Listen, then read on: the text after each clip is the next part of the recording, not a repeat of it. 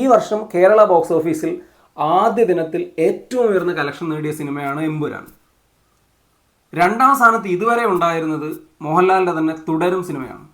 പക്ഷേ എന്നാൽ ഇപ്പോൾ ലോകേഷ് കനകരാജ്, രജനീകാന്ത് ടീമിൻ്റെ കൂലി തുടരും സിനിമയുടെ ആദ്യ ദിന റെക്കോർഡ് പ്രീ സെയിൽ കൊണ്ട് തന്നെ ബ്രേക്ക് ചെയ്ത് മുന്നോട്ട് പോവുകയാണ്. തുടരും ഏതാണ്ട് 5,10,00,000 ആദ്യ ദിനം കേരള ബോക്സ് ഓഫീസിൽ നിന്ന് നേടിയത്. കൂലി അഡ്വാൻസ് സെയിൽ കൊണ്ട് തന്നെ ഏതാണ്ട് 5,34,00,000 രൂപ കേരളത്തിൽ നിന്ന് ഇതുവരെ നേടിക്കഴിഞ്ഞു. കൂലി ഇനിയും റിലീസിലേക്ക് 3 ദിവസങ്ങൾ ബാക്കിയുണ്ട്. കൂലിയുടെ ആദ്യ ദിന കളക്ഷൻ ഒരു പക്ഷേ 10 കോടിയോളം വന്നേക്കാം, അല്ലെങ്കിൽ 10 കോടിക്ക് അടുത്തേക്ക് തീർച്ചയായിട്ടും വരാം.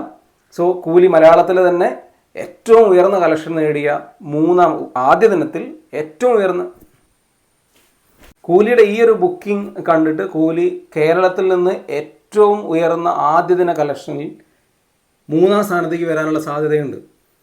കാരണം നമുക്കറിയാം, KGF അല്ലെങ്കിൽ ഒടിയനോ ഒക്കെ ബ്രേക്ക് ചെയ്ത് എമ്പുരാനും ലിയോയ്ക്കും പിറകിലായിട്ട് 3 സ്ഥാനത്തേക്ക് കൂലി ഉറപ്പായിട്ടും വരുന്നതാണ്. കൂലി 10 കോടിക്ക് മുകളിലേക്ക് പോകുക എന്നുള്ളത് ഡെഫിനറ്റ്ലി ആ സിനിമയുടെ റിപ്പോർട്ട് അനുസരിച്ചായിരിക്കും.